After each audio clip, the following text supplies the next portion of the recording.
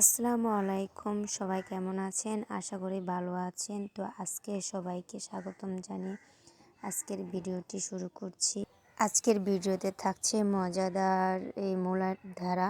এখানে 2 আঁটি মূলার ধারা এনেছে। শাকটি নিয়ে এখন মূলার এই ডাঁটাগুলো এখন কেটে নিচ্ছি। এই তো কাটা হয়ে গিয়েছে। এখন ভালো করে ধুয়ে নিব। ধুয়ে এখন ভাপ দিতে বসেছে। তো ভাপটা চলে আসছে। একটু সিদ্ধ হলে নামিয়ে নেব। তো এখন একটা নিয়ে চেক করে দেখছি সিদ্ধ হয়েছে। তো এখন নামিয়ে নিচ্ছি। এখানে শুটকি, টমেটো, পেঁয়াজ, কাঁচামরিচ, ধনেপাতা, আলু, সামান্য আলু নিয়েছি।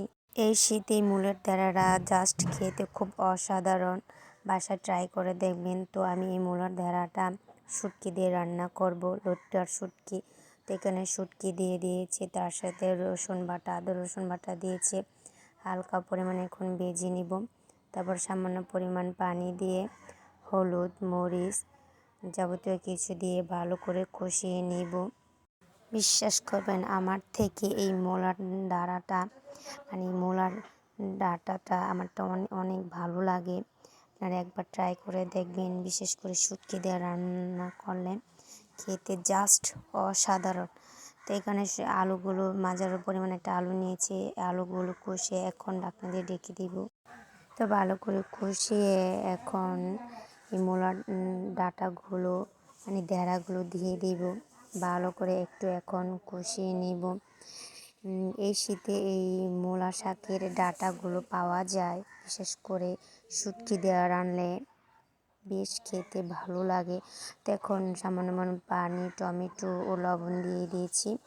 এখন ঢাকনা দিয়ে ঢেকে দিব। শীতের সিজনে এই মূলা শাকের ঢেঁড়াটা পাওয়া যায়। তো আপনাদের কাছে এই রেসিপিটা যদি ভালো লাগে থাকে একটাই অনুরোধ করব, যারা আমার চ্যানেলটি সাবস্ক্রাইব করেননি দয়া করে চ্যানেলটি সাবস্ক্রাইব করে দিবেন। পাশে থাকা বেল আইকনটি অন করে রাখবেন। একটি লাইক দিতেও ভুলবেন না। একবার হলো বাসায় এই রেসিপিটা ট্রাই করবেন। লোট্টা শুটকি দিয়ে, যে কোনো শুটকি দিয়ে আপনারা রান্না করতে পারবেন। কারণ শুটকি দিয়ে রান্না করলে জাস্ট একটা অসাধারণ ফ্লেভার আসে। তখন এই তো আমার মূলার ঢেঁড়াটা হয়ে গেছে। এখন বেলায় নামিয়ে নিচ্ছি। এই তো হয়ে গেছে। তো আপনাদের কাছে এই রেসিপিটা কেমন লাগছে একটু বলবেন, আর সাথে শেয়ার করতে ভুলবেন না। তা আজকের মতো এখানে বিদায় নিচ্ছি। সবাই ভালো থাকবেন, সুস্থ থাকবেন। আল্লাহ হাফেজ।